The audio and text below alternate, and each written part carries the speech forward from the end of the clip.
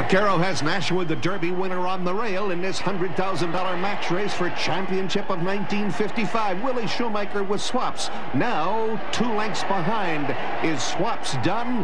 Has Willie shot the bolt with the big red coat from California? No, here he comes again. The patient Willie's been biding his time. He's moving in. They're closing together. Who's going to take it, Swaps or Nashua? Winner take all. The 1955 Thoroughbred Racing Championship. Swaps versus Nashua is the theme of our show on The Way It Was. So happy they are here again. The skies above are clear again. Let us sing a song of cheer again. Happy days are here again. All together shout it down. Hi, I'm Kurt Gowdy. Welcome to our series of American Sports Classics. This week, the Sport of Kings, Thoroughbred Racing. And to help us relive these unforgettable racing moments, we're proud to have 2 immortals. The pilot of Nashua, the only jockey to ever win 2 Triple Crowns, Eddie Arcaro. And Swaps' jockey, he was only 23 years old in 1955, but was considered the greatest young rider in racing. 2 years earlier, he set an all-time record for wins in 1 year, 485. We're talking about Willie Shoemaker. And to help us recreate the 55 Triple Crown, take us down the paths of glory, one of the finest broadcasters of sports who has broadcast horse racing for more years, I think, that he wants to remember, Win Elliott. Win, you've seen a lot of great horses over the years. How would you rate these 2? Well, they certainly have to cut among the best, with Citation and the likes of Kelso and Secretariat. These are truly what we call classic horses. Well, how about setting the scene now? Let's start back. And we start back with the Kentucky Derby. No, when you start back in the 2-year-old year where Nashua and Summertan had been it. And then Summertan got ill, dangerously ill, almost died, but they recovered.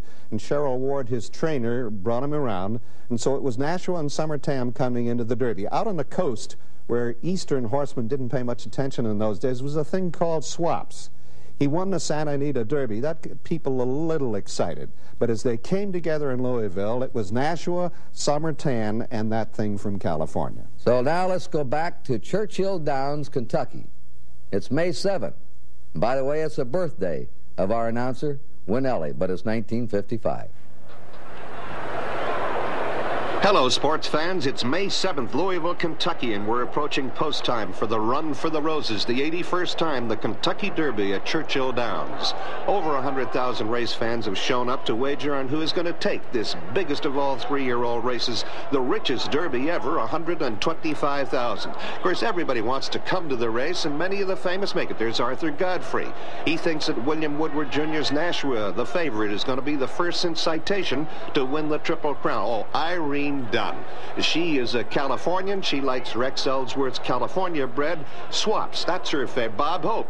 He saw Summertan and Nashua race. He thinks Nashua is going to maintain his edge. As you can see, it's overcast, dark, and gloomy here in Louisville. That's where he got the cold. But the track on this 1.25-mile race is fast. There are going to be 10 of them try for the Derby. It's the smallest field since '48 when Coletown and Citation topped a field of 6.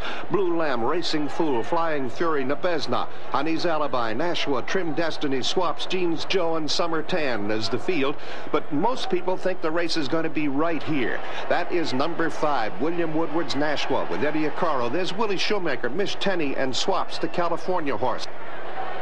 The starter's got them all lined up. He presses the button, and here comes history. They're off. And in the middle of the track, that's Nashua and Trim Destiny breaking smartly. Eddie Arcaro's got his kid right out there, but now he decides to take him back. And moving to the forefront is the horse from California with Willie Shoemaker in the darker of the silks. That is Swaps making his move. Number 7 as they come by the stands the first time. It's the Fleet Khaled colt who's got the measure of Trim Destiny on the inside. He gets ahead in front, and now free striding, but undercoming in. There goes Swaps around the first time with Trim Destiny, Nashua, and Summer Tan in that order. Carroll, oh, there's Brian Field, who was watching the race, and the folks, too, as everybody comes to his feet, as Willie and Swaps has the lead on the inside in the darker of the silks. Look at Eddie Arcaro on Nashua, pumping, urging, and pushing, and now he goes to the whip, trying to catch the California colt, but this looks like it's going to be Swaps and Willie Shoemaker's day. He begins to lengthen his stride. He's pulling away, and over 100,000 have realized this is the second time in Churchill Downs history a Californian wins the race. It Swaps, Nashua, followed by Summer Tan. And that's it, the Churchill Downs Kentucky Derby. And there he is, 23-year-old Willie Shoemaker, his first Derby win ever. Swaps, and at his head, his cowboy trainer, Mish Tenney, in one of the fastest derbies ever run, just 2/5 off a Whirlaway's track record, 2 minutes, 1 and 4/5 second. The Derby winner of 1955, Swaps. You've ridden a lot of horses since. How would you rate Swaps? Then I want to ask Eddie about Nashua. How would you rate Swaps as one of the horses? Well, I think he was a great horse. He was probably as good a horse as I ever rode in my life. And how about Nashua, Eddie? You rode, what, a Whirlaway in Citation? Well, I think Citation might drown him, and so would Kelso. But not ability-wise, by the way. Nashua had as much ability as any horse that ever lived, but he didn't have the will that the other two horses that I mentioned had. They would just give all out to win, and Nashua had a little of the Nazrul of blood, as we call it in racing, which was a little temperamental, and he really didn't give every day. Where the other two horses that I just mentioned, Citation gave everything every day, and so would Kelso. You know, I was Nashua's biggest knocker. And Mr. Fitzsimmons said to me one day, he says, I can't understand how you can keep knocking this horse. All he does is win. I said, but he's the type of a horse that would win by a neck or a half a length or whatever in some of his races. And you knew that if he would really give, he could run much faster. Blow away with it. Yeah. What has impressed me in our Arcaro description of a great horse was a horse who moves so easily that you're not aware how fast he's going, because everything is going like a beautiful watch as of a piece. When he would work Citation in the morning, it would be difficult to anticipate what the fractions were. You'd have to really guess. Am I quoting you correctly, I think Ed? any good horse is really hard to judge time. Yeah. Great rhythm. I think a Time. good story about that is the time you went to Chicago and worked Nashua, 5/8 of a mile, wasn't it? Yeah, I worked him 5/8 a mile in 55 seconds, which is, you know, just That wins. unheard of.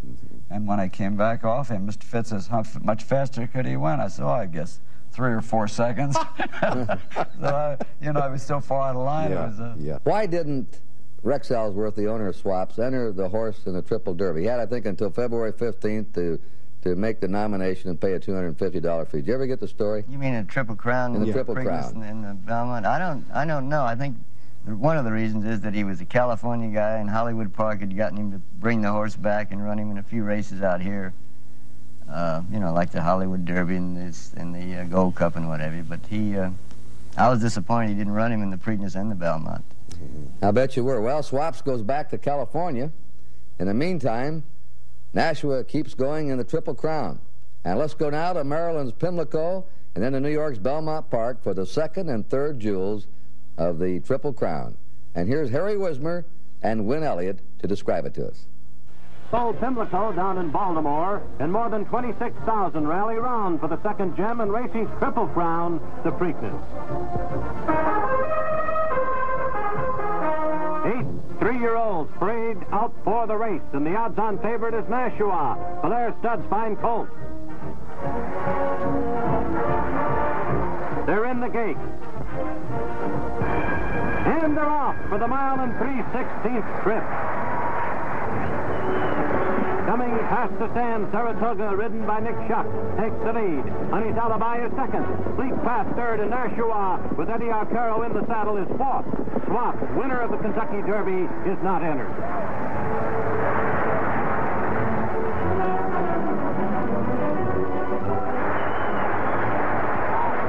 Going Coming down the backstretch, still in the same order. Saratoga, Honey's Alibi, Fleet Path, and Nashua. But now, Nashua is starting to move. He rolls past Fleet Path and Honey's Alibi, and they drop back. Coming around the turn, Saratoga is still holding on to the lead by half a length. He gave Nashua a real battle in the Florida Derby, and he's giving the Bel Air Colt another one in this Preakness.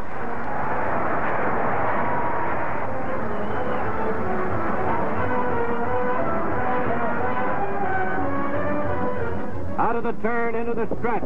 That's Saratoga on the inside, with Nashua trying to pass him. Dueling down the stretch. Saratoga gives ground grudgingly, but Nashua gains inch by inch and hits the wire winner by a length.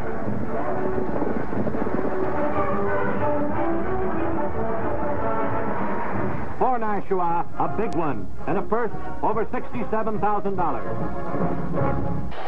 And so here we are in the middle of June. Win Elliott back with you again to Old Belmont for the third and most testing leg of the Triple Crown, the 1.5 mile Belmont Stakes. They like to call it the Test of Champions. And there's the horse everybody thinks is going to be the champion on this dull, rainy day. And he gets out of the gate smartly as usual. Eddie Arcaro and William Woodward's Nashua. That's he, number 6 with the Bel Air colors. Eddie takes a quick look over his shoulder on the left to see what the rest of the field is going to do. He knows this is a 1.5 miles. He knows you can't really get shot out. That class has got to tell on a race this long. He's taken him back a little. That's he on the outside. He's now rounding the field. If you can spot the white with the dots. Eddie Arcaro on Nashua. He's got his eyes on the top, and here's a fella's got his eyes on the winner's window, and it's going to be Nashua. Look at him stretch it out. He's got a 6-length lead now. Eddie checks the rest of the field as he pulls away 7 lengths, 8 lengths, and just about 9 lengths as William Woodward's Nashua with Eddie Arcaro goes over the Belmont finish line, the winner. Nashua, Blazing Count, Portersville, Jabna, Flying Fury, Mr. LL, and Ratamero of the King Ranch. And there it is, Eddie Arcaro and Nashua, the Belmont winners of night. Here it is, the fall of the year, actually August, and the big question in racing circles is, which is the better of the 2 3-year-old heroic horses? Is it this one? Nashua with Al Robertson leading him off the train. This is the Eastern candidate for championship honors. He had won the Preakness and the Belmont. Or was it that brilliant red colt from California, Sonny Jim Fitzsimmons? Boy, what a trainer, and what a nice guy, always smiling, just as affable as he looks. Here's the red guy from California with Chester White, one of the stable boys on Swaps, the second horse to ever win the Derby from California. Look at that beautiful stride. He's power personified, but so is Nashua. So, what about, well, here's the Ellsworth family, and what a lovely morning to be out and watching a horse like this that comes along just once in a lifetime. The Midwest is, what, all agog as they are preparing for the match race of the century, and they come scooting into Washington Park to see which of these 2 horses is going to do it. Not only is it East versus West, but it's the traditional training methods of Jim Fitzsimmons versus the cowboy approach to the racehorse Rex Ellsworth and Mish Tenney. Everybody who could get there was there. The day, nice and warm, and for the first time, the 2 horses, just to give everybody a chance to see them saddle, they're saddled in the infield, right out in front. Swaps, the big red guy, and then Nashua with his entourage. You can see that this happens to be Swaps. That's Rex Ellsworth in the dark suit, just turning to his left now. And here's Eddie Arcaro.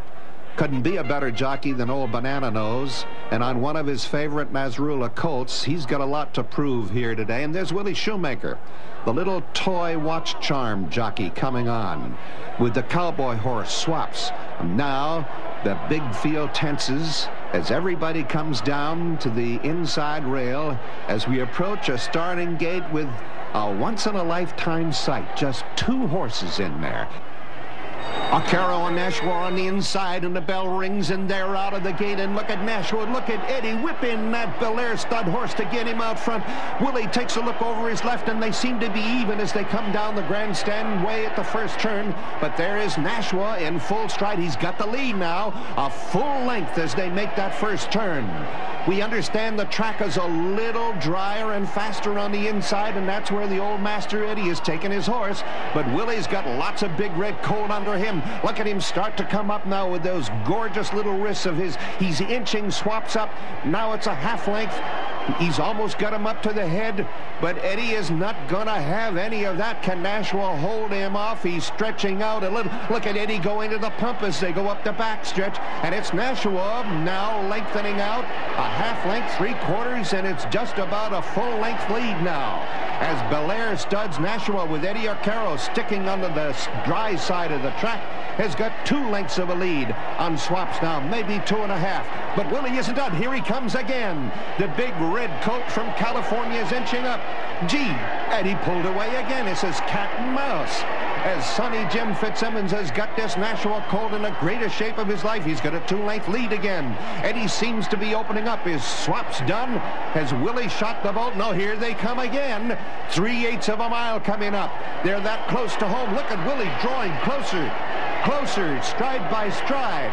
But Nashua seems to have enough. There goes Willie to the whip, left-handed.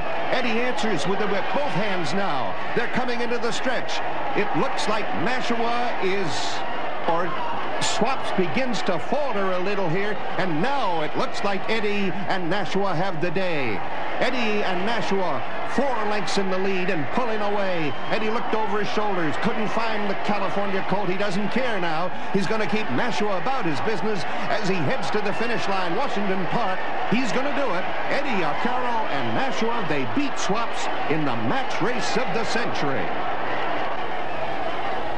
East beats West. Eddie Arcaro takes the measure of Willie Shoemaker, and for this year, 1955, horse on this day, horse of the year, the Bel Air Studs, Nashua. We've had a lot of famous athletes in this show.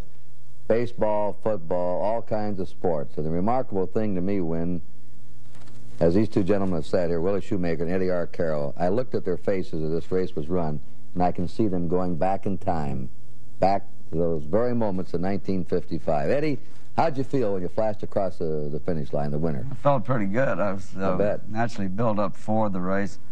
But I think anybody would have felt good. It's you know, it's the build-up, and you've got the adrenaline going, and they had built it up east against west, and of course Swaps having a decision against Nashua. It was a thing, really, quite a thing. I'll swear, when those starting gates broke, that I heard a scream. They said you let out a scream and hit Nashua to come out of there. You wanted to get in a certain position in the track, did you? Well, number one, I think going into the race, I was lucky enough to draw the best post position. It had rained, and that track, although it looked fast in the movies, it wasn't. It was a very deep track, and there was a path that was kind of where my stall was, and Bill had a lot the worst of it where he was. We both had the same idea, to try to get the lead and just go as far as you can, as fast as you can, and that's what it's all about. You knock each other out as fast as you can do it. What was your feeling when the race was over, Willie? Well, I knew that the best horse and the best rider won that race that day. This old master here gave me a hell of a riding lesson that day, I must say that. Yeah. You were the greatest of friends, fellas. How did that come into this race? Well, no, I mean, you're out there to try to win. He was the same as I was. But I must say that I was surprised. I knew about what he was going to do, you know, in the beginning. But he left that gate whipping and slashing and hollering. He almost scared the hell out of me. Were you surprised when Swaps always broke and went out in front? Well, actually, Swaps didn't break that good. He kind of came out of the sideways a little bit. Right. I don't think he would have outrun him going in the first turn no matter what happened. Eddie, let's watch this great horse back in action again as you win this famous match race with Swaps, and I think we're going to pick it up here in the backstretch, and you tell us the way it really was here. Well, as I said before, in a match race, you just run as fast as you've got to run. Try never to lose the lead. If you do, you're really trying to find out which horse is really the best. And this is the only way I know how you test them. Just let them run as fast as they can and as far as they can. And of course, these horses, by the way, ran through the first 3/4 of a mile in 9 4/5 seconds on one of the worst racetracks you've ever seen. It was a very deep, bad racetrack. Mm-hmm. And somebody had to give. It was just that simple. By the way, one part of this race, I was frightened. When it'll be down in the stretch, of course, And when I drew away, Swaps evidently, and he did come back after that race hurting, didn't he, Bill? Yes, he did. He must have, something happened to him, and as you'll see here, when he dropped way back off of me and then ducked into the rail, I really thought Bill had fell. You'll see me raise up and almost turn around because it scared me. I couldn't find him. He's getting tired now, and you see him swerve in behind him here. He ducked right there, see it? Yeah. He's had it. Well, there goes Nashua. They see me look around, I couldn't find him. Yeah. Willie, the deep track didn't help that padded foot any, did it? Oh, it didn't help it, but I don't, as I say again, had it been a fast track or whatever it might have been, I don't think that day he could have beaten Nashua the way he ran. Eddie, by the end of 55, Nashua had won $250,000. That was a record in those days. What happened to him after that? Well, as a 4-year-old, he got very mean. This was his 3-year-old year, and in fact, in the middle of the summer, they retired him. He got mean? He'd get in the starting gate, yes, got very studdish. He'd want to like his old man, fight horses. Yes, the Naz rule would start coming out on him, right, Eddie? And what happened to Swaps when he went back to the West Coast, Willie? Well, he won some races after that. He won the Gold Cup, and he carried 130 pounds. In fact, one race I rode him later, I think in Chicago, the next year against Summer 10. Eddie happened to ride Summer 10 that day, and I had 130, Swaps did, and he had 115, I believe, or 16. And he ran by Summer 10 like he was tied to the fence that day. In that particular race, I was in front, and they ran the first 3/4 of a mile in 7 4/5 seconds, going a flat mile. And I thought I had a little hold on my horse, and I looked on the outside, and Shoemaker had Swaps bent double. Wow. That's so fast. Swaps was ridiculous. Didn't he run that mile in 33 and something? 33 and 1 or 2, I think it was. Wasn't that a record at that time? I think it was, yes. Yeah. But before we finish, since I've worked with these guys through the years, and they are going to talk about themselves naturally, you're right when you say 2 of the greatest ever. And the guy on the left, Eddie, was strong, determined, motivated, intelligent. The other fellow there, his good younger friend, had maybe perhaps a little more finesse, a little gentler, thought his races, but like a champion in any sport, Kurt, as you found out as you've talked to them through the years, you never get to be a champion unless you got a head up there. And both these guys could see races as patterns. They could see how the field would open and what to do, whereas other fellows would just see horses running. They didn't look, they saw. And these are 2 of one of a kind. They're real champs. You know something? I've got one of my weaknesses is I love to be around front runners and winners. And it's great to be with Arcaro and Shoemaker. And so that's it. We want to thank Eddie Arcaro, Willie Shoemaker, and Win Elliott. And so it was that Nashua was a better horse that day in Chicago. Which was really the greatest? Believe me, the controversy still rages because the 2 champions would never race again against each other. However, one thing that will never be disputed is that Eddie Arcaro and Willie Shoemaker are the greatest jockeys in thoroughbred racing history, and their names stand tall in racing's Hall of Fame. This is Kurt Gowdy saying, that's the way it was when Nashua beat Swaps in the race of the century. Happy day.